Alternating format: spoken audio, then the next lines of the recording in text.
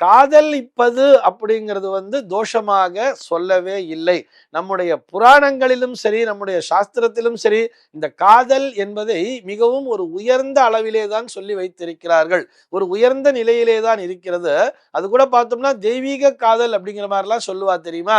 பரஸ்பரம் புரிந்து கொண்டு வாழக்கூடிய அந்த நிலையைத்தான் அந்த காதல் அப்படின்னே சொல்றா. இப்போ நம்ம இப்படி கூட புரிஞ்சுக்கலாமே, யாரை காதலிக்க வேண்டும் என்பதுதானே அங்கே முக்கியம். காதலிப்பது என்பது மனைவியை காதலித்தால் அங்கே தோஷமே வராது. அதையும் நல்லா புரிஞ்சுக்கணும் இல்லையா? அந்த நாள்ல பார்த்தோம்னா பால்ய விவாகம் செய்வதுதான் மிகவும் பழக்கத்திலேயே இருந்தது.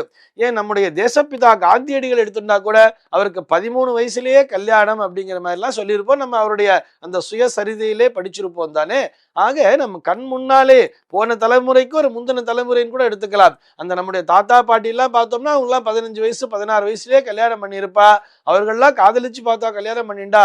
ஆனா கல்யாணத்திற்கு பிறகு அவர்கள் பரஸ்பரம் புரிந்து கொண்டு நடந்து கொண்டார்கள் அல்லவா? ஒரு காதலோடு வாழ்ந்தார்கள் அல்லவா? அதையும் நம்ம பார்க்கணும் தானே. ஆனா பின்னாளில என்ன ஆச்சுன்னு பார்த்தோம்னா கொஞ்சம் கொஞ்சமா இந்த சமூக சூழலிலே ஒரு மாற்றம் என்பது வரும் பொழுது, ஒரு உலகவியலிலே ஒரு மாற்றம் என்பது வரும் பொழுது சட்டப்படி சட்டங்கள் மாற்றப்பட்டன. அந்த சட்டத்தையும் நாம் மதித்துதான் நடந்து கொள்ள வேண்டும். அந்த சட்டப்படி 21 வயசாச்சும் ஆயிருக்கணுங்கிற மாதிரி சொல்லியிருக்கா. இன்னொரு 18 வயசு ஆனாதான் மேஜருங்கிறதெல்லாம் சொல்லியிருக்கா. அதுக்கப்புறம் தான் கல்யாணம் பண்ணணும்னு சொல்லி இருந்தால் கூட, அப்ப கூட என்ன பண்ணணும் அப்படின்னு சொல்லி பார்த்தோம்னா, கல்யாணம் பண்ணிட்டு தான் காதலிக்கணும் அப்படின்னு சொல்றோம். காதல் என்பதை தோஷமாக சொல்லவே இல்லை.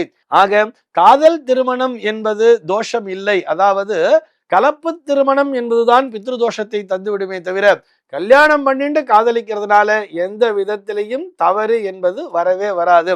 கல்யாணம் பண்ணிட்டு காதலிக்கிறது தான் 100% உங்களுக்கு நன்மையை தரும்.